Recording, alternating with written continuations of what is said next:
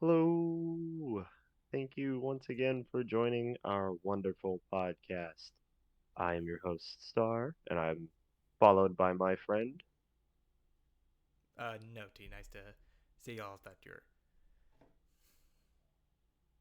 And thank you very much for joining us again as we will be talking about two very interesting topics today. Very different topics, too, might I add. With our first one being a little bit of a discussion on pride and what pride means to us, as it is Pride Month as we're recording this, and potentially as this gets uploaded. So please have a great Pride Month, everyone. Make sure that you realize it never truly ends. You can always be proud. And then we'll be following up that discussion with a nice little discussion on anime tropes and what we find to be our favorites. Yeah, I'm definitely excited. It's about a week into Pride Month when we're recording this, and hopefully I'll remember to get this out before the end of the month. There's no pressure, but we hope that whether we see this before or after Pride Month, you just know that we hope that you celebrate it and enjoy yourself throughout the month, and always remain Pride. And I'm working on a solo video right now that kind of pertains to Pride Month, so hopefully I'll get that all finished out by the end of the month. But look forward to that. as as as do I. So please, everyone, enjoy this time. So why don't we kick this discussion off? No need for further delay. Are we starting the discussion with the Pride or the tropes? Let's start with Pride. Pride, okay. Mhm. So just disclaimer for myself, I'm personally in kind of different levels of like queer. I'm non-binary. I primarily use they/them pronouns. I don't mind she, her now every now and then. I'm asexual, not too interested in all that stuff typically going on. Although romantic interest kind of varies from time to time, from person to person, so that kind of leaves that part open. Nice, Yeah, absolutely. I've Now been out. I go ahead. Yeah, I've been out for about 3 years now, and it's definitely helped with a lot of things I was wondering about. Oh yeah, absolutely.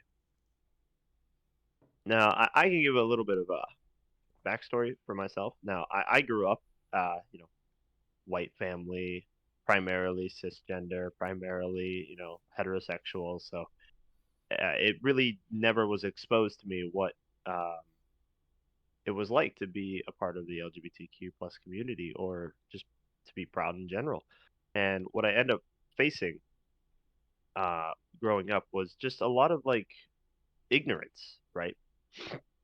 And I know a lot of people have faced much worse than I have. That's definitely guaranteed. But I mean, genuinely, this is information that was never presented to me as a kid, never presented to me as a young adult, and I finally got to see as we kind of had this great embrace of the community in my later years. So this is stuff that I could only explore recently, despite truly having these emotions at an early age and not being able to know how to express them or know where that comes from. I mean, not to get too much into my past, but I did go to a Catholic school, and they don't really teach that stuff at Catholic school. And now, me myself, I'm not Catholic anymore, but certainly as a kid, that was just kind of what you're indoctrined into. Yeah, So, those beliefs. I remember genuinely having like those disgusting conversations at like a lunch table when you're 12 of like, oh, it's like, would you rather be a straight girl or a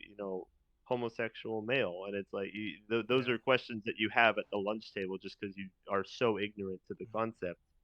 And so that's kind of the life I came from. But I'm so happy that I got to learn the information that I got to learn once I saw it.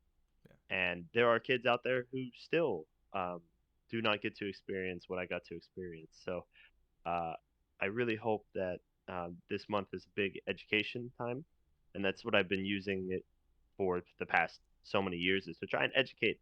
I don't know everything, I really don't, but if I can do my part to help teach people what pride means to me, then I hope that they can get something from that and find more about themselves that Yeah. Yeah. I definitely came from like a similar place. Like I didn't grow up in like a Catholic home or environment or anything like that, but it's my social area was very like upend conservative kind of thing. Like not the outright homophobic kind, but you don't really want to talk about that stuff or you don't want to be way. that thing at all. So it was just kind of an environment where it wasn't discriminated against, but it wasn't really seen as an option to be that. Like, why would you be that? So I never really had the option for myself to kind of ask myself what I was, kind of thing. It was like, I'm this. That's it. That's it. That's it. That's it. Yeah. You're that. Don't think about anything else.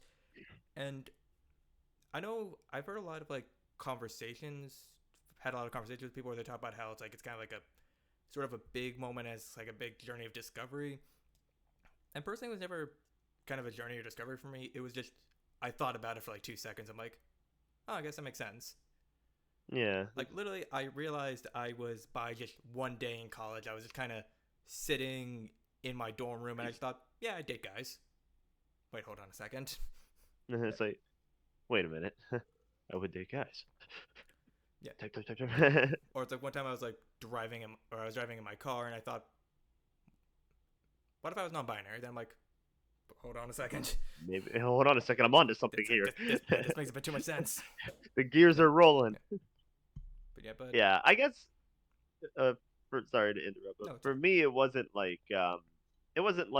a like a big experience, and it wasn't also like as little. It was just kind of like a few little progressions where I got more comfortable to who I was, yeah, and like it was just the more I learned, the more I could be, right? yeah, The more I could really express myself, and I still struggled with a lot of the stuff that I face, but I'm happy and pride, and so I'm very enthusiastic about education, and yeah, so that way more people can be comfortable. yeah, And certainly, my wonderful podcast partner has helped me through this journey, being one of the biggest advocates I've ever known um, for the LGBTQ plus community. So please yeah. continue your great work because you not only helped me, but I guarantee you continue to help others along their journey. Like I always try to do what I can, and hopefully I can continue to do more for others in the future. Yeah, that's just the goal, right? Yeah. I don't really think there's too much to relate, Pride Month with anime. But are there any kind of, or movies, I guess, in general? We are also a film podcast. Is there Yeah. anything that when you watch, it makes you think of, Pride? Um, I've been getting a lot more into like queer focused manga over the past year because like you know queer person I like queer stories, so trying to see what's available, and I've found some pretty decent stuff. Like there's just some things that I watch and just make me completely roll my eyes, kind of like, okay, I need to stop, back away, can't do this. One Piece, but but yeah, there's a couple good like okay. I always try to get confused with like terms of like Yao Yaoi, BL, GL, Yuri, stuff like that. Because I'm told there's a difference. I don't understand what the difference is, though, and I'm trying to avoid the porn. Although, funny story, I one time ended up reading like an entire like Yuri porn series that did not realize it was porn until I saw the tag after I was finished. I Sometimes it's that good. it, it I just thought they were fucking a lot. I didn't think that automatically mean porn. I just thought, oh, there's a lot of sex in this. Yeah, I mean, like you're reading it, you're like, oh wow, there's a lot here, but this is There's a, pretty good stuff. it's like there's like one scene early on. I'm like, okay, like adult series, sex scene, yeah, yeah. Then you just get halfway through and they just don't stop for the rest of it. I'm like, holy moly, that's a And lot. you're like, whoa, this took a turn. Yeah. Then I just like went to the main page. I saw the smut tag. I'm like I I try read that. I try to fight against like the whole all asexuals are kind of like oblivious to sex or want nothing to do with it. There's a lot of different asexual people with a lot of different attitudes on sex. I'm neutral to the concept. There are some who are repulsed by it, some who like sex. There's like a whole different variety. But I had to take the L on that one. That was just, I don't know what happened at that moment. Happens to the best of us. I didn't know sex automatically equal pornography, I guess. Yeah, honestly, there's a lot of great films that have like really passionate sex scenes, and they're not considered pornography. So, Where's the line? I'm saying this like, jokingly. I know what the line between like a movie and porn is. I am just being funny in this circumstance. we are allowed to be comical in this situation. We are pointing out the flaws of life. Um, Now, I guess for me, I think there's a few queer movies that are just great. Um, one of my favorites, always, especially from university days, was a Date for Mad Mary, So, which, if you haven't seen it, it's a really, under the radar movie. A great movie though. Absolutely, if you haven't seen it, I think it's something that is worth a watch. It's a bit different, bit unique, but it is certainly a good movie that I recommend.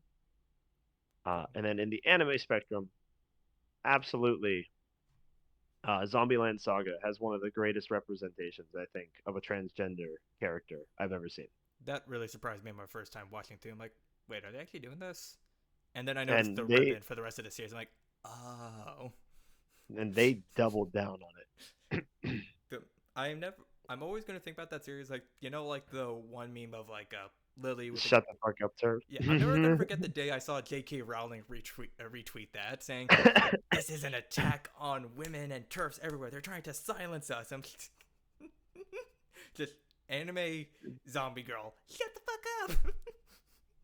And like, it's so funny. Like they brought it up, I think, at the British Parliament. Like they printed out the picture and showed it to people, and it's like I don't think you know what we're talking about, brother. I, But yes, just all in all, absolutely fantastic representation. that's really great character. Like that whole episode just kind of like came out of nowhere and just slapped me right in the face.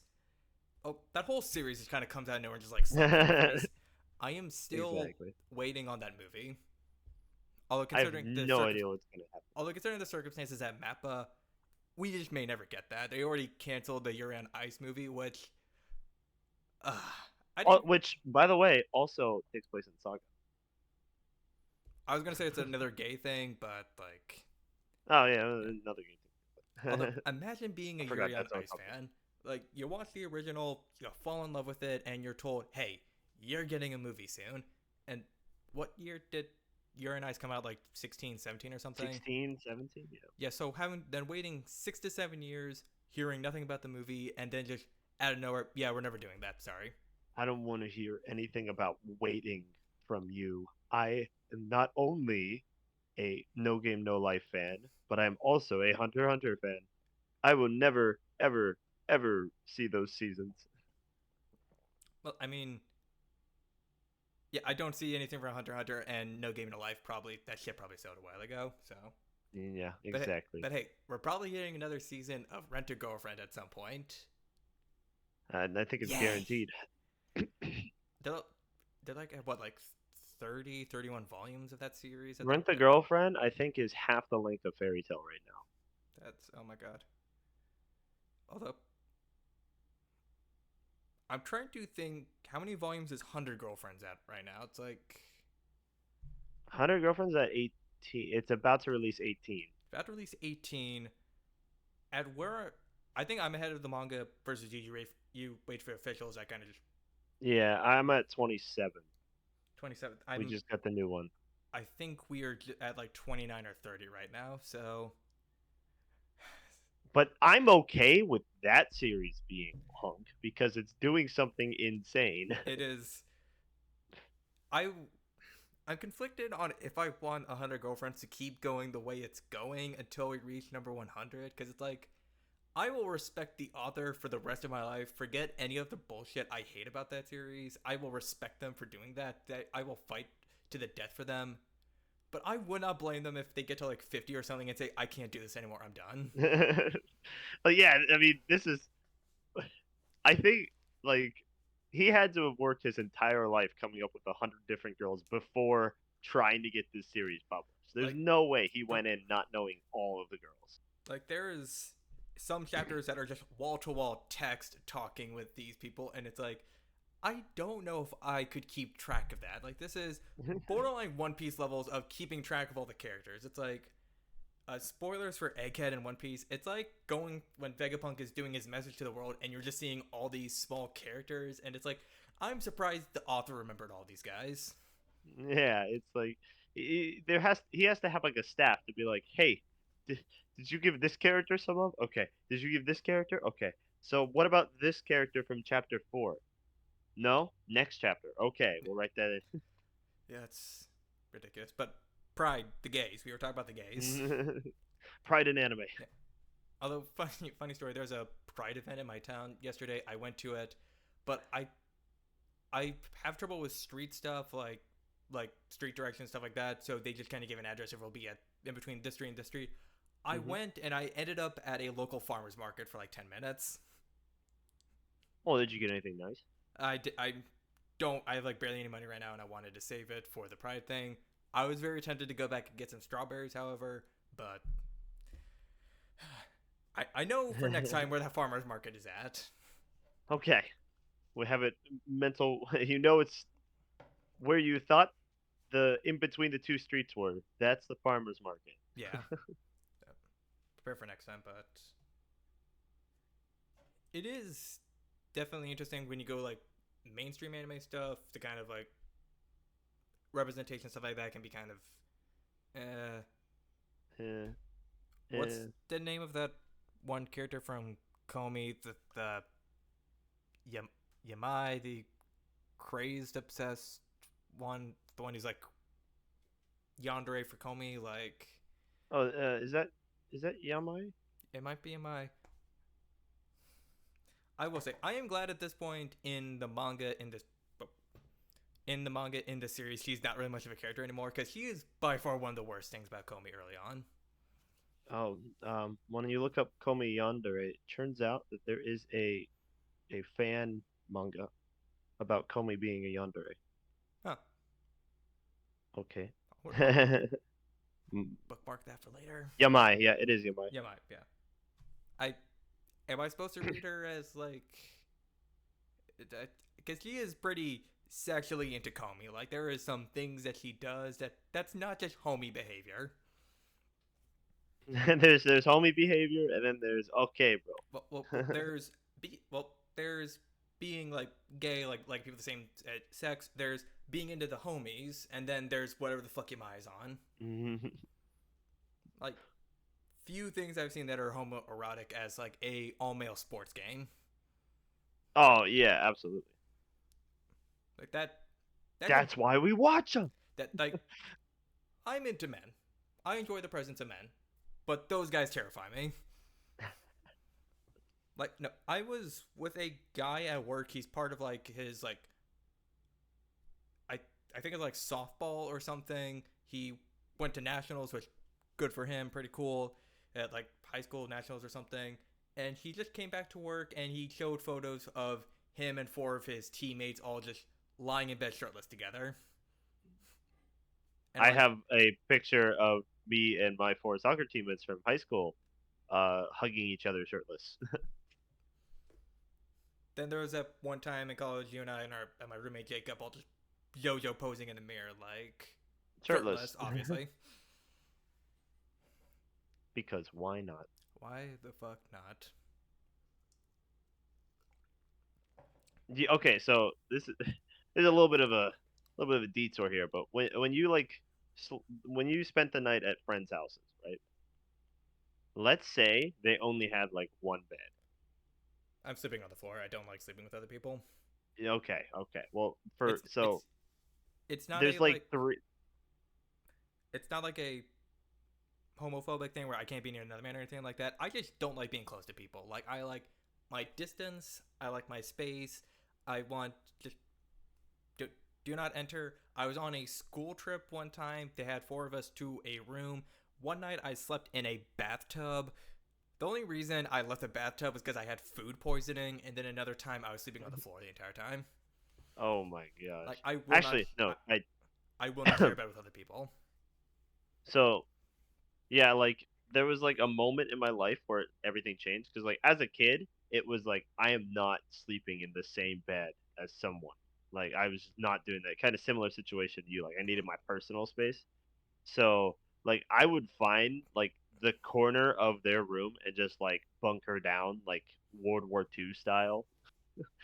Um, and actually, we had a similar situation. We had a school trip, and there was four of us to a one bed hotel room. That goes Oh to show you how god. much money we had. So two people took the bed. One person took like a chair and slept in the chair. I took like you know how like beds in like hotels have like the shoe like what do you like the shoe sheet where Yeah. it's like just a little strip on the bed. Mm-hmm. Well, I took that and I wrapped myself in that and just laid on the floor. No pillow, like raw dogged it. I at least took a pillow with me to the floor, but like I guess I was kind of the reverse of that, where as a kid, perfectly fine sleeping with other people. In fact, I preferred it. I didn't like being by myself. Then I had this weird phase from like when I was about like 12 to about 16, 17 or so, where it's like I didn't like sleeping with other people, but it was kind of expected I would be able to, so I just kind of put up with it. And then at some point before I left high school, I was like, I don't like sleeping with other people, so I'm just not going to do it. Yeah. Yeah, and then I hit a point where I was just like, I guess I will just sleep in the same bed as anyone because that's fine. Like there was one time I remember I spent the night at my friend's house, and he was like, "Oh, how do you want to do it?" And I was like, "I'm just gonna take this pillow and lay here, and you're gonna take this pillow and lay here, and that's it." You make things simple. I know if we ever have to like, well, we have shared a room before. I've been at like your place a couple times. Yeah, but luckily I was in a situation where I had like two places to sleep. Mm-hmm. Well, But thank. if it needed to be, it needed to be. I don't think your bed would have been big enough for the both of us It without us was having not. No, like no. without us having to We like we cuddle no. each other and like, buddy, I love you. You're one of the most important people in my life. I will not cuddle you. Yeah, I don't blame you, but at the same time, I even if we cuddled, I think part of us is off the bed. Yeah. That bed was small. Well, problem is I move a lot when I sleep. Like it takes a while for me to actually fall asleep, so I'm just tossing and turning. I like spread So out. what you're saying is I am on the floor and then you're spread out on the inside. Yeah, but one time I fell asleep on my bed, like kind of straight up to down, perfectly normal. I woke up the next morning and I was like, "This is how I started." I ended up like this, like I was perfectly sideways on my bed. So that's a that's a very interesting I sleeping arrangement. I don't 100% remember how I got there. Sleeping is fun when you have ADHD and you can't get your brain to stop doing stuff.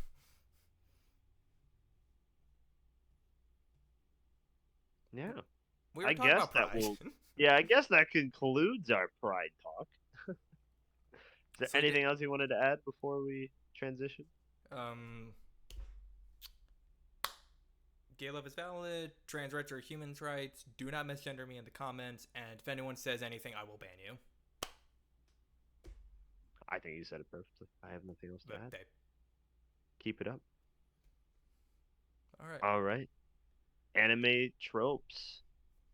Tropes. Tropes, tropes, tropes. Tropes are a weird thing in storytelling because, like, they're all over the place. You're not going to escape them. And they always have, like, a very negative connotation attached to them, which is warranted sometimes. Like, Yeah, there's certainly like so like tropes are like the commonalities you see within a specific kind of media source. So, yeah, uh, specifically in anime, there's a lot.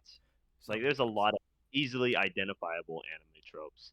And when you presented this topic to me, I looked at it and I really said, there's like 90% that Yeah, well, I like. But well, there is like a good 10% that are just bad. yeah, well, it's like there's always whenever people talk about tropes, they're always talking about it in a negative context. They talk about tropes they don't like lie reveal stories kind of are overplayed at this point. Love triangles are I always said for a while I didn't mind the trope itself. I just hated how most people did it until I found like a webtoon that did it reasonably well. But Yeah, I still didn't like it. when Love Triangle is done well, I can get behind it. I can get behind it to an extent, and that extent is you get 2, 3 chapters top. Any more focus on that, and I am going to be upset.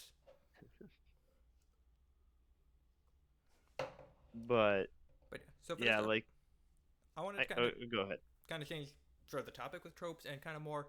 Hey, what are some tropes that we actually like or enjoy? Like more of a success rate of I'm more likely to enjoy this than most times, or those tropes where it's just you do this, I'm gonna be happy. Exactly. And I think that's a great way to represent us because, I think we'd rather talk about the stuff we like rather than the stuff we hate. Yeah. This is a very positive episode. Be positive. Yeah. It's Pride Month. We're still happy. Yes. Once it ends, then you'll get our depressing anime series talk. I will talk about my multiple traumas and mental disorders. Oh my gosh. Just you wait. Stay tuned. Why don't you start? Pick one that we can talk about. Pick an anime trope. So this is just a general like story trope, and I just chose this to be kind of like funny and kind of go like, hey, tropes aren't always bad. We kind of need tropes sometimes, and that trope is this, and this is technically a trope: character development.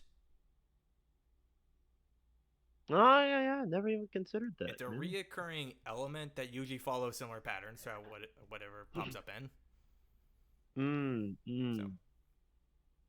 technically trope, probably most people's favorite tropes. I mean, especially when you compare like just a lot of different anime, the character development can be, I'd say, overall, since most of the series focus on the characters, it's a little bit better, especially in like the slice of life series where you wouldn't think that the character development would be great, but Yeah, it's still that's like kind of the focus of the show is like there's like a series where the girls just go about camping and the character development is them coming to terms with what it means to be camping with friends. And yeah. then there's series that are grand epic adventures, and the character development is the character determining whether or not the, you know, rights of man should apply to everyone. It's like It's like characters can progress at different paces at different times, and it's pretty good in most anime.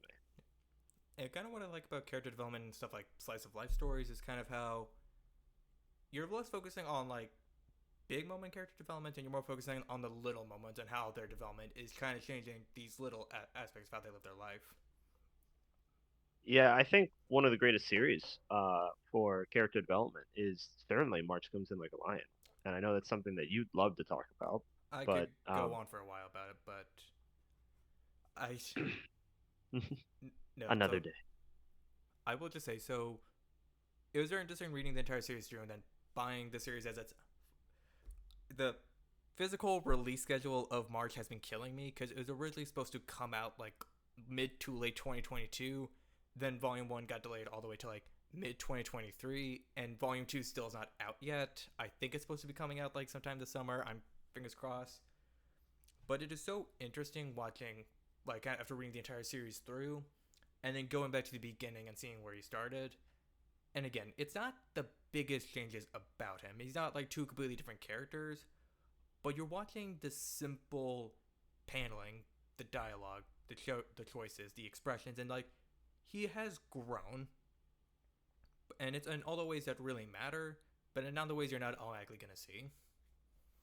Yeah, absolutely. And I think that's truly the beauty behind a lot of the slice of life series is that it's the little things and the subtlety of it that makes a huge difference. Yeah, Like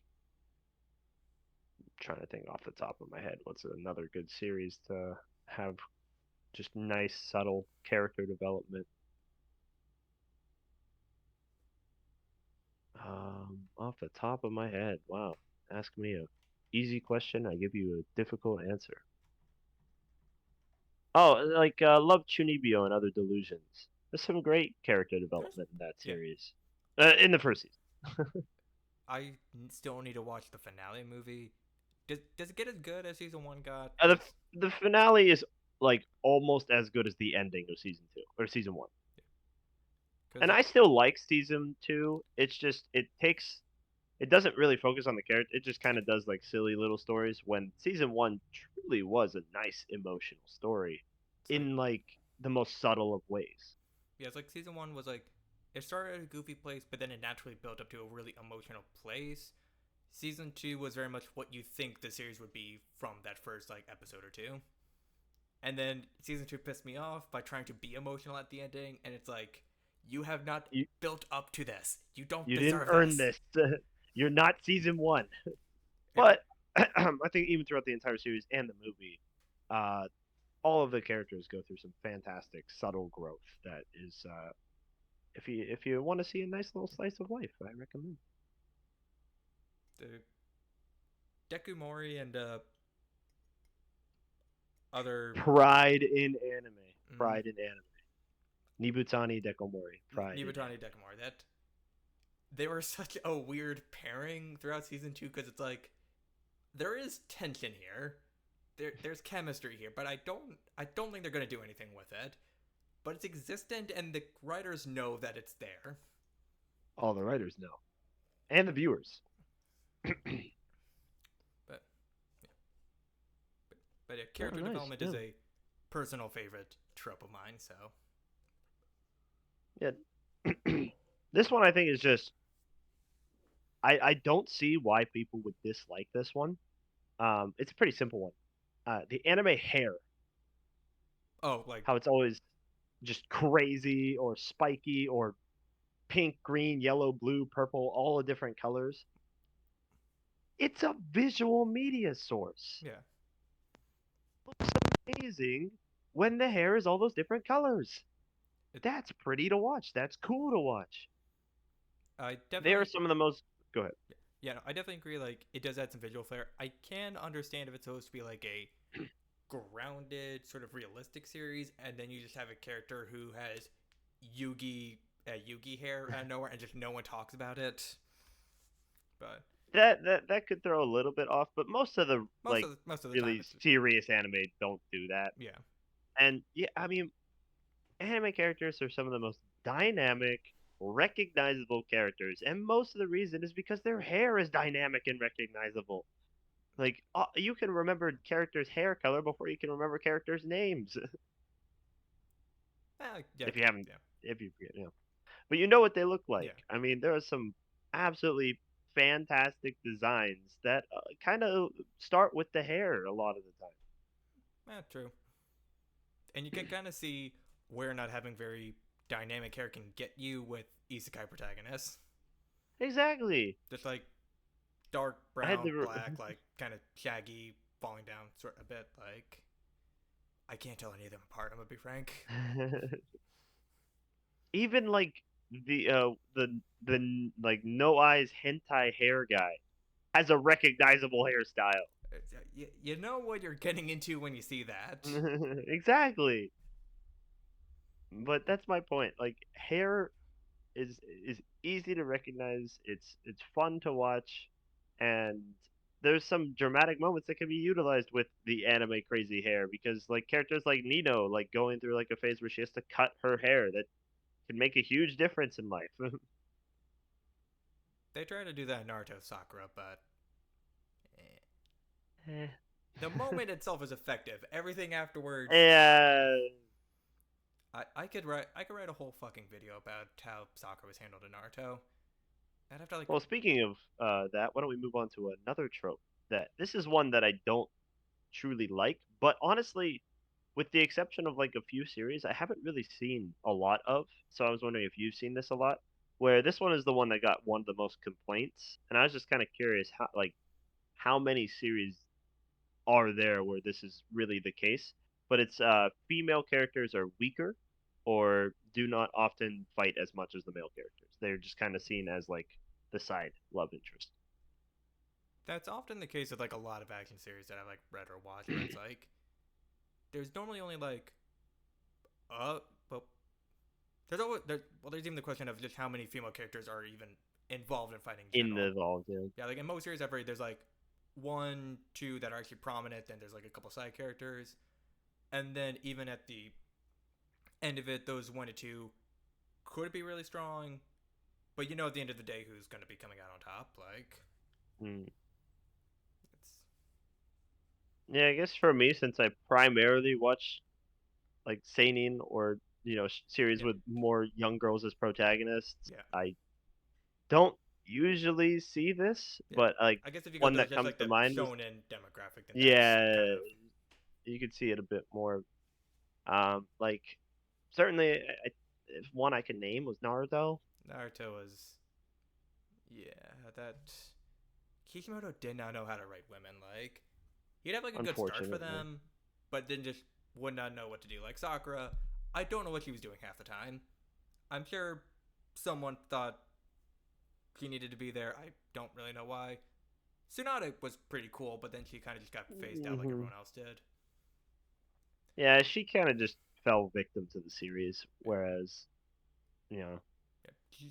Jujutsu Kaisen started off really strong, then it just started killing all the female characters off or making them groomers, which da da da da da da.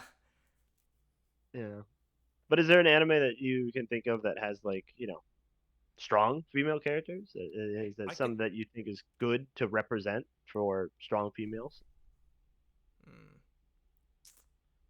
it's very weird to say because I could think of ones that do stuff well, but there's always a couple asterisks. Like surprisingly, One Piece is actually pretty decent when it comes to female characters. Like various levels of strength, power, influence, motivation, personalities. It's true. But then you have to deal with the Oda design and all the fan service. I think that's like probably the most negative anime trope is Yeah, the fan service. yeah, because again, But yeah, because it's kind of the same with like Fairy Tail also, where it's like I have a lot the of problems with the female, series, yeah, but the female characters are are- for varied and kind of like personality, abilities. Like Urza is just straight up one of the strongest characters in the series, and she rarely ever loses a fight against anybody. But again, the design and the fan service, they have the same two, three body types, like like curvaceous woman, hag, and child. that's it. Pick your lot. But, But it is at least a good representation of female empowerment. So eh, and the strength that females can have. eh, Swings and roundabouts, One Piece variable. That's like a C plus, which right? for That'll Fairy get Tail or for you a One degree. Piece, I think Fairy Tale probably gets a C on. Maybe they both get a C plus. I Because I think there are more like for the list of characters, there are more strong female like. There's a higher percentage of strong female characters in Fairy Tale than there is in One Piece, but the One ones Piece in One has Piece are all stronger characters. Yeah, they're they're all all stronger, and like they're also a super lot more strong. just generally well written in One Piece. So I will give them both a C plus, Yeah, it's like on a bet. potentially B minus for One Piece, Yeah, but B minus because on there One are Piece would do for unique, like a good yeah, day. But it's very sad that that's like some of the best that we can get. Like I don't even want to go down to certain depths because I will want to rip my eyes out. now it's not really an action series, but Little Witch Academia, great. I need to finish watching that. I watched like an episode like 3 years ago. I need to. I have so many things where it's like I watched an episode, I watched the first 10 minutes, I read a couple chapters, Just Professor Calamitous over here, basically. Yeah. starting everything. Did you know he's voiced by Tim Curry? You know who I'm talking about? No. Oh my god! So Jimmy Neutron. Yeah, I know Jimmy Neutron. I don't know all the Okay, characters' names, but yeah. So there was a villain. He was a little mad scientist. like little, He like not like like small. yeah, like Um, like dwarf or like actual like Ant Man kind of thing. no, like a dwarf, Okay. a little Okay. person, and but he was this old scientist who's like trope was that he could never finish stuff. Mm. Like he'd always start something and then it wouldn't finish. And Would that be a trope or a quirk? probably a quirk, but Yeah, it's like, he reappears every episode. So mm, trying to relate it to what we're yeah, talking yeah, about but before I go on another detour. But his name was Professor Calamitous, and this entire time he was voiced by Tim Curry, and I didn't know that. it's And oh, now as an adult, I go back rewatch it. I'm like, yeah, that's Tim Curry. it is always funny. Like there's some voice actors where it's like they're just everywhere, and you don't realize it. Like I was a big fan of Avatar: Last Airbender growing up, and Teenage Mutant Ninja Turtles, the 2012 run on Nickelodeon, and then I got into Owl House like during its second season airing, and it turns out Amity from Owl House, April from Teenage Mutant Ninja Turtles, and Katara, voiced by the same person, and I just did not know for years. Way to go. I don't know her name, but thank you I for think your it's like service. Mae Whitman or something, and I think she's been in like a bunch of other stuff. Wow, But those are two. I at least know two of those characters. yeah, I have to watch Owl House. Owl House is really fantastic. Also, Pride Month thing, because gays. We always stay on track. I I'm now very tempted to try to make it to I can relate all these back to Pride Month somehow. Although, Well, pick your. I'll let you pick the next one then. Pick the next trope that we can talk about. so this is like a very specific trope that I don't see in too many places, but I don't think it's particularly well written. I just like the comedy of it. It's like when you're in like an early arc of like a shonen action series and you're just kind of starting off with like a small task, like okay, random bad guy we have to beat, and then by the end of the arc things just escalate to where you're fighting one of the main bad guys of the series, and you're just wondering how we got there. Like, have you seen her Red Black Clover at all? Yeah, Yeah, but I haven't. I Professor Calamitous it. yes, but so basically there's just like an arc early on where it's like we're at an orphanage, but oh no, someone stole the orphans and is trying to brainwash them. So we gotta go get the orphans. There's like a child trafficker or something. We just kind of beat him up, and then just more bad guys showing up until eventually the main bad guy showed up and we had to fight him. And then there's like Oh, five of like sort of the captain characters that showed up, and it's like what is going on? you're like this was supposed to be a small. There's supposed to be like a small thing, and now we're like, the meme of like, oh, starting off your story, oh, I just need to rescue this kid, and you're fighting and ending with fighting God. It's like that condensed, and I always find it hilarious. Yeah, and then like the characters like never even get a break from it. There's a okay, let's keep going. Yeah, it's like it's always keep going, and then it's like usually done to serve like, oh, here's how outclassed our characters are. How are they ever going to make it through it? Oh, they gotta pull some random ability out the butt or something, or I don't know. It's Oh, not I have a trope that I want to talk about. Speaking of that, Yeah, it's not my favorite trope, and I don't always think it's like well written. I just always find it funny when it happens. I'm trying to think of another series so much that happens. I mean, kind of Date Alive, but not really. That's not really. I mean, she's not really a villain, but she's like, sure. I don't Yeah. know. I've read the series Kaiju Number 8 recently, which is pretty good. Wish I got into it sooner, but there wasn't anything quite like that. There's just like a quick little like doing like a test or something, and then main bad guy shows up, and there's like big fight. Several people almost die. A lot of things get destroyed, and it's like we escalated so quickly. It's like, but I just started this. Yeah, but that's for me. That's always fun. I always have a good time when that happens.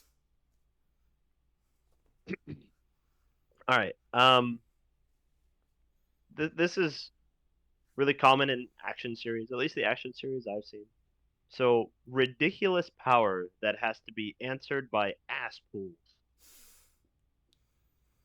I think I have an Like idea of what you're the talking about. character, yeah, the character gets so strong, or the villain will get so strong that the main character gains this absolutely random trump card effect that beats them.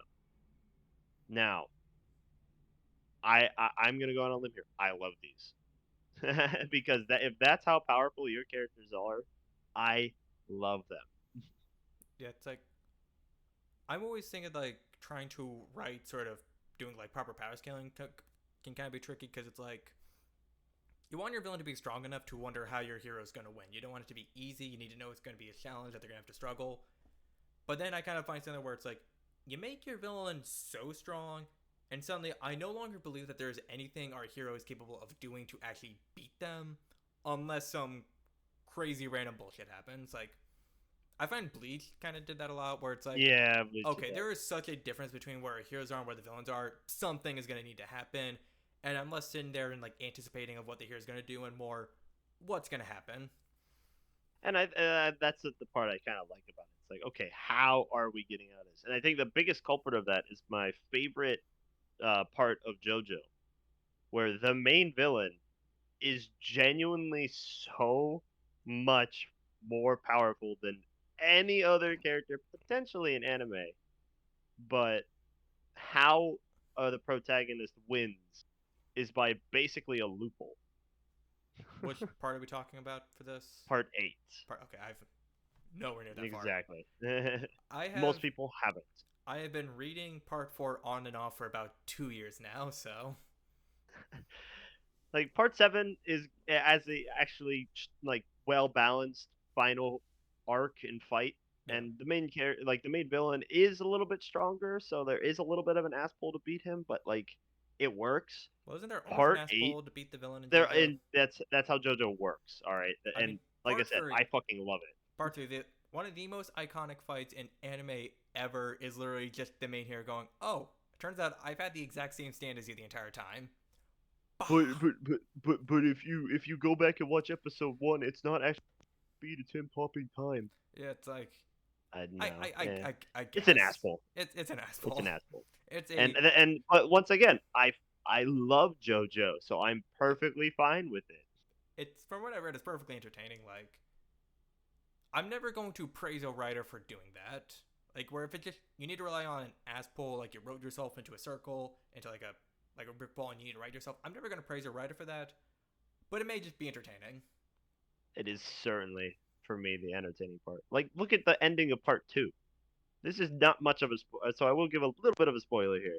But the main villain literally becomes immortal, and the way you beat him is just to launch him into space. But I mean, literally, we drove a plane into a volcano, and that just didn't work. So it's like, I, All right, space. Oh, the Tim Curry. We brought it back to Pride Month. right, Space. I will go where the throes of capitalism have yet to reach. The space. Thank you, Tim Curry. You've Thank you. made this podcast a Thank you. lot better. No, But a yeah, all the assholes, and this kind of leads a little bit into like the power of friendship, where it's like the characters are definitely gonna lose, but then they use the power of friendship to win. But I like positive messages. I'm okay. I don't want it in every series, but when I see it, I'm a little happy because I. Why would I root for them to have the power of hating people? yeah, Unless that was like the whole overall point. yeah. I'm I enjoy the power of friendship. I love Demon Slayer. I enjoyed Fairy Tail enough.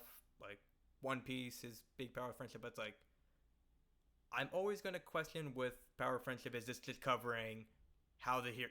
It kind of again, it's like it's kind of an asshole sort of thing. It's Like kind of an asshole, but at the same time, like I like positive messages. it's like I'm okay with it being positive if it's not every series. All right. yeah, yeah. Like I think as we talked in like our Cartoon Network episode with Steven Universe, it's like your friends are gonna be how you make it through things. Things are gonna suck. Things are gonna be difficult. You don't always know what you're gonna do, but your friends and the connection you made are what's gonna get you through the stuff. So I Exactly. like the power of friendship.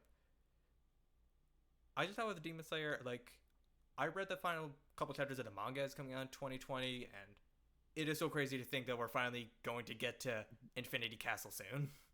So excited. Part Infinity Castle Part 1 is like my favorite arc It, in Demon Slayer. I guess it is kind of And two parts with like all the yeah, like before the there's kind of the first section with all the upper moons, and there's the thing with Muzan. So I'm very curious how they're going to like release that. Like, are they going to do like a longer season like season one was, or are they going to like do shorter stuff like the other stuff and kind of pace it out a bit? I hope that they return the staff from all the previous arcs, and they're like, look, you've done so good so far. Let's kill this. Well, I do I'd have. I'd honestly be okay with part one of Infinity Castle being a series, like couple episodes, and then making a movie for the final. Honestly, I could see a movie working out for like the finale pretty well, but Because like the first movie was very successful. Mugen was very successful. Then they've been kind of doing like compilation movies since then, which Hmm. I know they're probably cash grabs. I enjoy seeing them in theaters. It's cool to see. I like theaters. I like to go to theaters. I like to watch movies in theaters. I'm fine going to see the Kimetsu no Yaiba movie if it's the finale. That'd be great. I mean, and I like seeing Demon Slayer on a big screen. I watched the newest one with like the finale for season 3. I almost came watching that because of the visuals and the music and the sound effects. Like it was an ethereal experience. So Oh, it's such a good experience. Power of friendship. power of Your friendship. friends, uh, and special friends, which may not have uh cisgender or heterosexuality. We're relating this back. We're relating this back to Pride. I mean, for me, the biggest power friendship moment is in One Piece when Luffy literally breaks out of prison with an army of gay, trans, and drag queens behind him. Like, I The that hardest salute I could ever give that to Luffy and the crew at Impel Down. that is.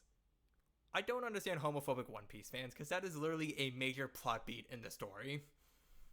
Like And it's Luffy, like one of the objective best parts of One Piece. it's like in one of the best ring of like arcs in the entire series. There was just a big plot point of how Luffy is brought back to life and is carried through war by a massive drag queen and his gender fluid like sidekick. Like One Piece. Yeah, actually, speaking of Bon Clay, so um, I think it's all of the male characters in Baroque works are named after celebrations in Japan. No, the female staff agents The are female is all celebration, or yeah, female is celebrations, and then oh, that's right, because then the males are the numbers. months, so they're actually named after months. Oh, they're really? Because in Japan, the the months are numbers. Oh, I always thought it was like numbers based on like their power ranking. Oh no, it's based off the months, Oh, okay. so that's why Bon Clay is both. Yep. Is a day number month slash a celebration. Oh, I just thought it was like So the male power ranking and then kind of their female sidekick, and then Bon Clay was both, so they were both Mister Two and Bon Clay. yes, which is both male and female. Which Just bring that out. the fact that Crocodile and Kaido, two of the like objectively worst characters in the entire series, who have done unconscionable acts of violence and depravity, respect people's gender's identity. And you still can't? Shame. Yeah. Do you think Doflamingo would respect someone's pronouns? I don't. I Sorry. He did probably worse things than any of the other villains in One Piece. he I mean, genuinely, as a villain, great character. one of my But as favorite a villains. person, oh my god, I dude. I can very much see him being like transphobic to like manipulate someone. Like Yeah, that and like he wouldn't necessarily be transphobic to be transphobic. yeah. He would do it for his own personal That's what he just doesn't care about other people, so it's like gain. Mm-mm. being transphobic is beneath him, but not because it's a shitty thing to do, but because he cannot be bothered to waste his time on people like that. Like He would somehow find a way to be. unless you're serving him in some way, he doesn't care, and Yeah, he'll I feel like he. Good. yeah, like he'll do what he needs to do to like make sure someone is subservient to him. If it's just respecting their identity, but the moment you piss him off, he'll kind of flip out. I mean, Yeah, he somehow managed to like, if it's for his own personal gain, he'd somehow manage to like hate crime a cisgender person. I don't know how he would do it, but he'd he figure it out. he's prob if I could trust anyone to figure out how to like, I could see him giving a cis person gender dysphoria, like Oh, figuring out absolutely. a way to give that cis person gender dysphoria. I could see him. I could see him doing that. Yeah, absolutely. Like, imagine Law was non-binary the entire time, but Doflamingo just like gaslit him into thinking he was just a straight dude. That like that kind of if that was written into the series, I'd believe it. I wouldn't have any quarrel with it. It's like that. Yeah, that makes sense for his character. Now, a trope I like that I always kind of enjoy whenever it pops up in something is something called a noodle incident. It's basically a thing in a story where a character will bring up an event that happened like off screen, and you just never find out what happened. Like those, Yeah, it adds to the mythos, and then you just don't know what's going on. it always. I'm always a fan of times when a series will just introduce something and just not explain it. Like, oh, you want to know more about that? Sucks. Figure it out. Okay. And it's always fun seeing what fans try to imagine what would happen. Like, have you seen Game of Thrones at all? Or I saw season 7 on a plane. you watched like one of the worst seasons, That's what everyone has said. but it was good at the beginning. It was good, then it just kind of got bad. But a fun thing in the later seasons was there was a character always trying to tell a joke, but he never finished it because like there was always like something happening, and you just never find out what the joke was. Never find out what the joke is, and that's funnier than finding out what the joke is. Like I've seen like fan theories about what the joke was, and I like seeing those more than like that's always the weird thing with noodle incidents. I always like seeing what fans come up with more than if anything that ever gets explained. For the longest time, it was "What's in the basement, Jaeger? What's in the basement?" That's oh man. Have you seen the Angry Birds movie? I have seen the Angry Birds movie, regrettably. It's the first movie is not that good, but there is a very funny joke with Terrence and like it's like they're kind of going over in anger management like okay what did everyone do, oh you harassed a cop, you punched someone in the face, they get to Terrence and open the file and it is just horror screams police sirens and you just And it never just zooms in on his very still face while you see like sirens and the noises in the background. and he just smiles Like and then you just never for find out one what minute, happened.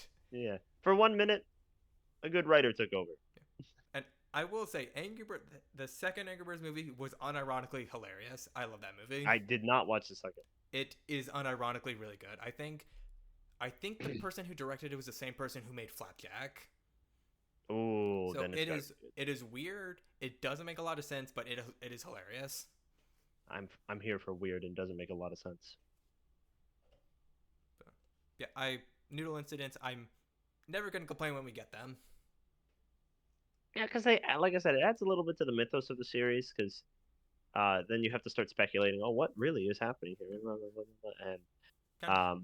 it's especially done well in like longer series where you can really play around with it and like tease the audience more. Yeah, it's like kind But of it's still when done effectively in short series, it's a nice little trope to see. yeah, it's kind of a thing of like helps inform the audience like, hey, our characters have lives when you're not watching them. When they're kind of they're off doing stuff, you're just not seeing everything. Yeah, yeah, absolutely. All right, so the next one I have here is over the top speeches.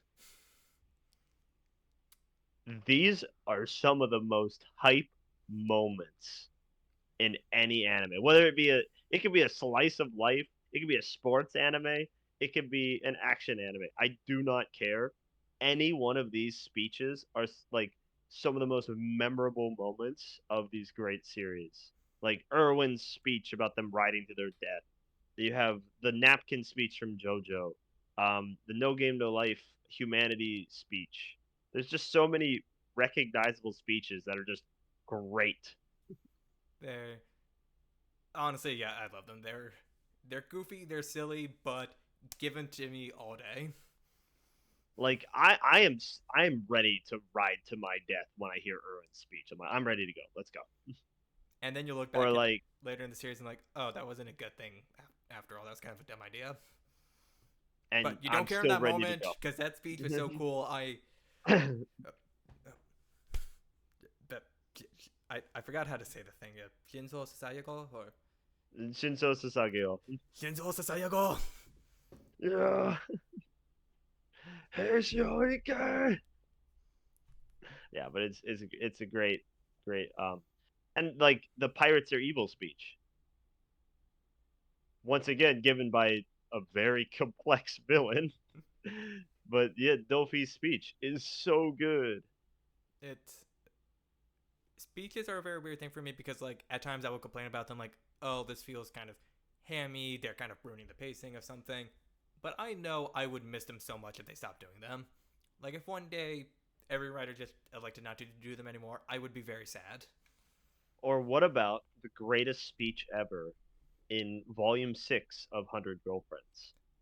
The Do you want me to pull it out? Do I have to pull it out? I think I know what you're talking about. The one of the greatest double page spreads of all time. It is the greatest double page spread of all time. Like I'm not a Where big laugh out loud person. Like I usually find things funny, but I may not like laugh about them. When I flipped the when I flipped the page and I saw that, I burst out laughing I for like a. was I couldn't believe it. Maybe it's volume 5. Volume 5. Ah, But I've I am just misquoted. it's like there are times where I struggle with 100 girlfriends because just how weird it gets. Like I don't know if I can handle this. I am waiting in bated breath for when that they This get that's this how is a whole speech. how the fuck are they gonna do that in the anime? Like is the voice actor just going to have to sit down and say all that, and we're just going to get it all in real time? I'd be perfectly fine with Because I that. would not be surprised if that came out to like a full 5 minutes of the episode. And yeah, if that was the case, I would watch the entire thing. But once again, like I actually went through and like when I read the series, I read all of this. Yeah, because it's It is all a actual complete. dialogue. It's all actual dialogue. Like it is a complete like It is a complete thing. praise of all of the girls, and he doesn't repeat stuff. It's all new stuff every line. Because like you will see stuff where like characters are like saying something, but it's normally just short little, oh hey yeah, got to do this, or like kind of like repeating something to kind of show like sort of like overwhelmness. But that full 2 pages of straight dialogue, full sentences, proper grammar, nothing is repeated. Are you checking to see if it's all proper grammar? I know. Well, it's like text lingo, or like But they're like fun actual conversation sentences. There's lingo. nothing But being they're like. actual sentences. I want to see if they had to shrink the text Like if that was so all that of it it, or would if there's fit. still more kind of going off. Well, I don't know if it like they had to shrink the normal size. Yeah, they had to shrink the size of the text. So it is very hard to show on my screen. But so here's the speech text. You can see it's really small, of course. And here's for comparison the normal text. So you can see the size Yeah, difference. I could definitely tell a difference. So yeah, that is. I forgot about the greatest speech in anime history, I will which be will there when that airs. honestly, it's gonna be season 2 probably because Probably. with the girls they show, yeah, it should be season 2. But yeah, Can't speeches. wait. I struggle with them sometimes, but I will miss them. I'm very dependent on them. They just give you that nice little, especially when it's like right before the final arc, or at like a key character moment, like the napkin speech from JoJo, Yeah. where it's like you would not have the same character if you don't have the Yeah. speech. It's like that one friend where you can't always hang out with them. Sometimes they just don't belong in certain places. But my God, if they left your life, you'd be so sad. Exactly. Like you don't want to take him to Denny's, but Take them to you your certainly, take them to your family yeah, wedding or something. yeah, you're gonna take him to the wedding. He's invited to the wedding. He's in the group. Um. Now, why don't we do one more each? All right. Well, I have like a bunch of tropes. Do you want me to kind of like go through them real quick, or? Oh, we can go through quick. I only have one more, so.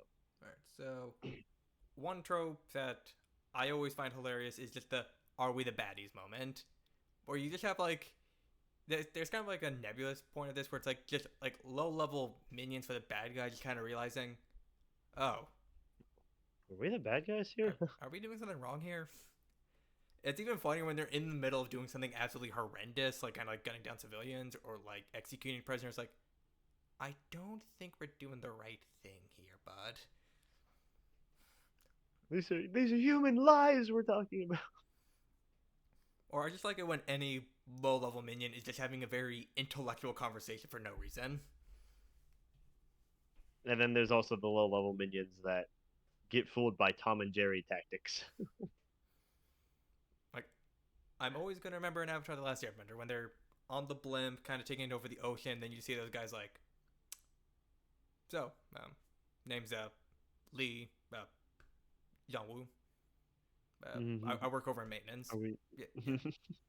I'm up in shuttle, so we don't really Shuttle, see yeah. each other. Do you know whose birthday it is?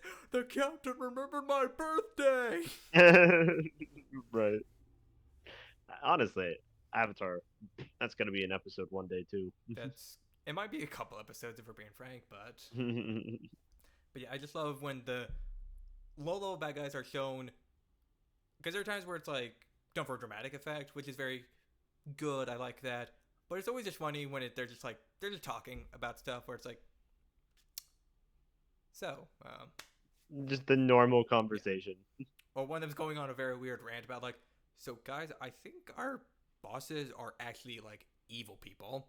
What the fuck are you talking about, Tom? No, no, no. Listen to me. Listen to me. We never see them, and we're doing all this stuff. But we're just bringing peace to the Empire. Are we, though? Are we? Is this peace? There's at least one member of the Marines who has theorized that there is a king of the world. He's like, I'm pretty sure in history we talked about a kingdom of Lelouchia, Or it's like but there's an empty apparently it doesn't throne. exist. There's an empty throne, but I There is an refuse. empty throne. But I refuse to believe that in 800 years no one has ever sat on that thing. Mm. Or maybe one person believed that the Gorosei are all immortal. Like, guys, I think these people are immortal. And just no one believes them. I saw Emu. No, you didn't. Oh, who's Emu? Probably Exactly. he probably did you see him on your vacation to Lolucia or wherever that is? I saw it was in the history book. I swear. I have to go find my old classroom history book. Oh, you're really gonna believe the books about this? Come on, Tom shakes head. Another trope I like is the wake up call where a character gets their development by constantly getting the shit beaten out of them or constantly failing at stuff. Even further, I'll take this wake up call to like a character dying, and then they're like, "Oh shit, shit's real." Yeah. Or that moment where you have And the there are character. times when that's done poorly, Yeah. but when it's done right, it's like, "Oh, now we're kicking it into the next gear." Yeah, I like stuff like that where it's like the character's like, oh, I don't care about anything. None of this matters. Character dies. Oh, wait, I care. It's Oh, like, wait, that's "Oh, bad. wait a minute, shit. Wait, what I'm doing right now is not a good thing. I need to change in order to improve the life of others." Yeah, but it's like, one of my favorite instances of the wake up call is Vegeta in Dragon Ball Z. His character development is he was a bad person and then just constantly got the shit beaten out of him until he learns to become a decent person. Exactly. That's a great little character development. It's like, sometimes you just need to get knocked down to stand back up. Like, Vegeta comes in, I am the prince of all Saiyans. You will all bow before my might. Gets beaten up by a commoner of his race, a dwarf, a child, and a green man. Okay, that was a bit rough, but I'm gonna go dynamic, get the Dragon Balls, and get started. Gets beaten up by the entire Ginyu And Force, and then I just didn't get you. demolished and killed by Frieza. Okay, so that didn't work. I'm just gonna live a life on Earth, but like become the strongest. The androids and Cell just continuously So beat the shit out of him. yeah. Okay, you know what? I think I'm just gonna enjoy my life here. I've got a rich wife. I got a son. What more do I need? Then Goku comes back. He's like, oh no, I need to be stronger than him. Boo. Like, Kakarot, I will be stronger than him. He has returned to fight me. and then Boo shows Boom. up and then like kills him. And he's like, okay, you know what? I'm done with this. Kakarot, you're the strongest. I'm just gonna live with my wife now. Bye. It's like, all right, I am not a crook. I am not a crook.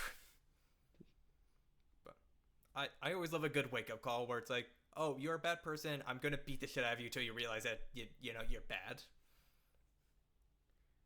Well, if any of the consequences of my actions.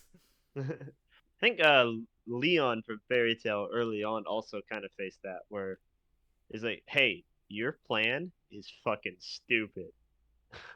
Which And he one just was gets Leon again? his yeah, very early on, with where they're trying to resurrect the Deliora demon. Like this is like episode like 10, 11. Oh, right now I remember. Yeah, really early on. Then he becomes like a positive character that Yeah. helps him throughout the rest of the series. But like just super early on in the series, they're like, your plan is ridiculous. What are you doing? And then they just get his ice rock. They kind of did that with the Helmeppo in One Piece, where he kind of just starts off as like a Yeah. snooty little shit. Then you kind of get the shipping out of him, loses all his Then he's status. like, I could never leave without you, Kobe. It's Honestly, I'm rooting for Helmeppo now. Helmeppo is. There's always that one obscure One Piece character that he's your favorite. You're rooting for them. You're happy whenever you see them. Helmeppo is mine. I Honestly, does Buggy fall into this category, this trope? Because he's he's still like a villain, but like of the wake up call. Not out of the wake of, because he, like he here's the didn't thing. really grow. He he has never changed, but he keeps coming out on top through none of his actual own merit. Yeah, exactly. Like I said, he is stumbling to victory at all times. It's like, But he did kind of have like a wake up call because like Luffy beat him. well, remember after Luffy beat him, he was immediately like, "Oh, now I'm gonna go find Straw Hat and kill him," because he hadn't Right. learned anything from the whole thing. And then he just And then he immediately found Straw Hat in Impel Down and saved his life. and then got dragged down to the bottom of Impel Down, back up to Marineford, where okay, here's the funniest thing about Buggy for me is he's not dumb. He knows he is not strong enough or competent enough to be in these situations he's in, but he doesn't know how to keep himself out of them. Because he likes pride, he likes glory, he likes looking good, so he keeps like throwing himself into this, then immediately remembering, oh wait, I don't belong here, trying to get out. He's like, oh, wait a minute. getting getting shot hurts.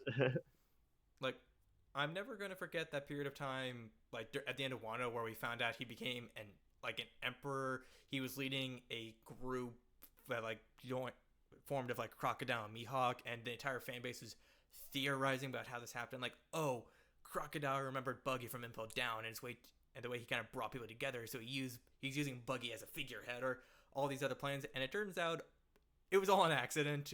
Buggy owed Crocodile money, offered to work for him, and then his employees just made it look like he was a boss. And 20 years into the series, and we still somehow gave him too much credit.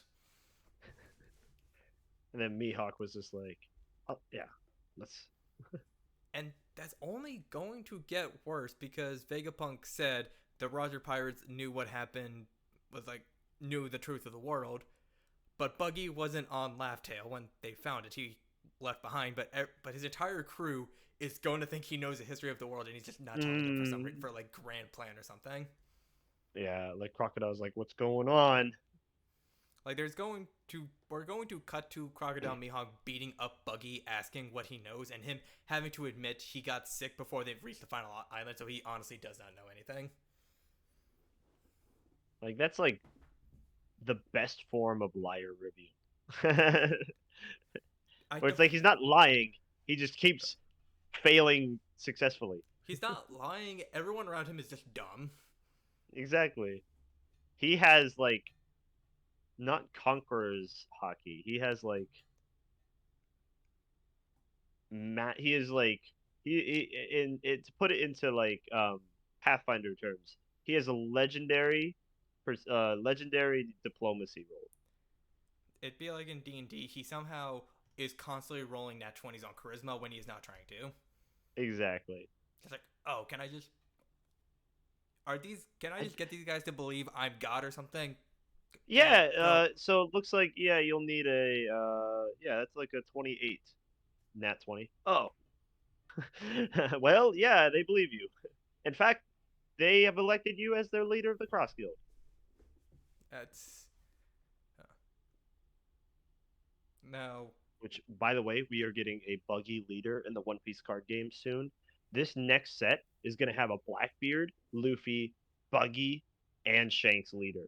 Oh, so it's gonna be like a new Yonko kind of like release sort of thing. The whole idea is Youngos Okay. because Buggy, Blackbeard haven't had a deck yet. So it's going to be the first time we get a Buggy deck and the first time we get a Blackbeard deck. You best believe I am building those and playing those. Well, I wish you the best of luck with that. Now, I have one more trope I'd want to go over, so this will be kind of like the last one from both of us. Do you want to go first since I've been kind of going for a little bit, or? Well, the only one I have left is all of the Dares Eh, because like eh, they're like eh. they're interesting. That's I wouldn't say interesting. They're amusing the most of the thing. time. Like I'm putting this on the preface of like when it's done well Yeah. because like a good tsundere really hurts your heart. It really like you're like oh that it's like imagine like the tastiest egg you've ever had, but you really have to work to crack the shell. Like you need a mallet to crack the shell. But like when you get inside that egg, it is the best omelet you've ever had when you make it. But you need to like, gah, gah. And it's like that. You get the hard work paid off with the super. And then like kuderes, dairies, they're always just all the dairies are just. I get it. They're like common, and when they're done, they're just so overdone now that it's like they're oversaturated. Most of them aren't written well. But when you get them and they're well, it's a nice, refreshing, fun little adventure.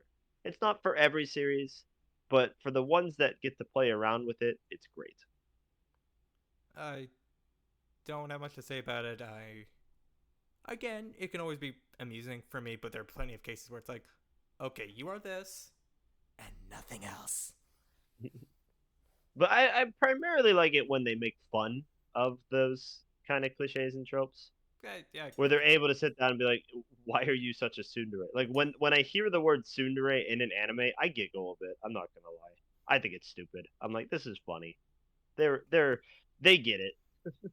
I always feel weird praising Hunter Girlfriends, but Karane is a pretty funny tsundere because it's like, I wouldn't know, kind of the comedic idea of crossing the line where it's like, there's kind of like a line you don't cross for a Mm, joke, but you cross it so much that you kind of cross back around to it being funny again. That's kind of Karane where it's like, she is such a tsundere. She will deny herself crying while she's actively weeping, and you're just wondering what is wrong with her. like you are clearly delusional, and I love it. It's hilarious. Did you get to the spirit bomb part yet with her? Yes, That it's so good. I was so confused, amazed, and just out of it reading that entire section. It's like, what the fuck is going on? Okay, okay. I'm just saying, some of the most powerful anime characters ever in that series. They honestly, yeah, most of them could probably beat Goku. Goku kiss zombie when? Goku what? Goku kiss zombie when? All right, what's the last trope? Bring us home with a good one. So this is kind of, I already kind of said this one to you, and this is kind of what started the idea of this whole thing. But the trope of, in a world where magic or power or like powers are very commonplace, most people have them. That one character who doesn't have any magic powers and instead just beats the fuck out of people. Like I love it whenever it shows up. I'm never gonna be like tired of it. I'm always gonna want to see it. Like, there are just so many great characters that they have the potential to learn so much, and they're just like, nah, punching you in the face, or nah, gun. Or it's like they can't learn this stuff. They're physically incapable of. I'm still gonna kill you. Oh, exactly. Even if it's that situation. Like I think I heard Um, someone say like the more commonplace magic is in your story, the funnier it is when a character just pulls out a gun. mm-hmm. And like, I kind of laugh at like One Piece a lot. Like, we're talking about a place where there's hockey. and there's devil fruits. And a lot of the people just like, yep, here's a sword. Yep, here's a gun. Well, It's like, what are you really gonna accomplish here? well, for me, it doesn't 100% work in One Piece because there is just a lot of characters who don't really have powers. It, it is not uncommon for for just a person to be running around. I'm more talking about in a series where it's like most of our primary cast or most of the relevant people have some kind of power. Or they kind of just have something, and then there's just the one character who they don't got anything. They just kind of beat the fuck out of people. Like Toji in JJK, the man Mm, that he is. It's always a fun case of this. Asta enjoying a Black Clover. Rockley in the first 50 chapters we knew him was fun with this, and then they just did nothing with him. they did nothing. And I just love that trope, the surprise of a character of like, how are they doing this? What kind of power do they have? And it's like, no, I'm just raw these skill. hands, these hands is my power. Got left hook, right jab, then finish it with the knee. Yeah. But that's I'm never gonna be upset when you do that. I'm always gonna love it. Then there's the I like just um the Indiana Jones moment where you have like the super talented, like super skilled person, and it's just like one shot him. Where it's like you do the practical thing where it's like Just get, we're in a time limit here. We're on a time crunch. Checks and balances or here. it's or it's like the main characters are trying to like, get to the main bad guy or something, and then you just have like a strong like lieutenant or something like that. They come in, you think it's gonna be like a big thing, and then one of the main characters is like, I don't got time for this, goes all out and beats him instantly. I'm just saying the best instance of a character with no powers just using his hands is in one of our beloved series, Mob Psycho 100. Reagan Arataka. The self-defense rush. It's I mean, with we've talked about this before, but there's literally a moment in which all of the really powerful psychic ability users are all in the same realm, and he is honed in to only be able to see psychic powers. So he's that way, when someone comes up just holding lefty and righty, he's done. we already did a whole episode on Mob Psycho. I went into a lot of detail explaining on how many levels that scene works, but it is always funny when Reagan just punches someone out of nowhere, or it's like with that one claw boss in season one where he just kind of like drop kicks him. I was gonna say Mob kind of work with that trope of just easily beating someone. Like I don't got time for this. Where it's like Mob kind of went to the claw facility. The guy who fought Mm. before was like, "Okay, Brad, round two," and then Mob's like, Like, bye. I'm but, trying to think if there's any other of those good moments where it's just like a random encounter that just gets solved pretty quickly with a fist. I also like those moments kind of going back to the minions where it's like the main character just says, "Don't do this," and like, you know what, fair. I'll just go. It's like, okay, okay, I'll leave. Or it's like, Actually, in our Pathfinder campaign last night, we ran into a situation where like this evil organization was trying to get my character, and then out of nowhere, this giant over-leveled scarecrow just swooped down and killed two of them instantly with like one strike. And the other two guys were like, "All right, you can have her. We're gonna leave. We're gonna leave." It's like those are funny moments. yeah, I always appreciate them. But yeah, I don't got any more tropes. Yeah, I think those are the main ones I wanted to focus on. There's like other motifs in anime that are well handled, but More tropes than we could mainly probably the count. yeah, there's way more tropes to talk about, and there's some negative tropes too. But I think that was what we really wanted to talk about was just some of the nice positive ones that might make you appreciate it more and watch more anime. It's like not every trope is inherently bad. Sometimes you need sometimes you need a good trope or two. It's always it's always interesting reading or watching stories where you can tell the writer is deliberately trying to avoid every trope possible, but in the end their story just kind of doesn't really make any sense because they're trying to avoid everything that is done before, but everything has been done at this point. So just try to do what you want to Yeah, do. Do what you want to do, but just do your best. If you're gonna make a character with spiky hair, make it fit into the series. If If you're gonna have characters that just choose to wield these hands, make it an entertaining moment. like just And don't overplay these. don't Just overplay do the it when you trope. need Don't overplay the trope. Do it where it just kind of feels natural. Kind of to. do what you want to do with them, but don't lean on them to kind of carry what you're trying to do. Exactly. Uh, Well, this has been our Pride Month special, where we only talked about Pride Month the entire time, nothing else. we Don't dated. worry about that. We tied so many things back to Pride Month. I think we somehow managed to tie sleeping into Pride Month, so you're welcome for that. Sleeping is gay. That is the best quote. That, Get that on your wall. you know who also sleeps?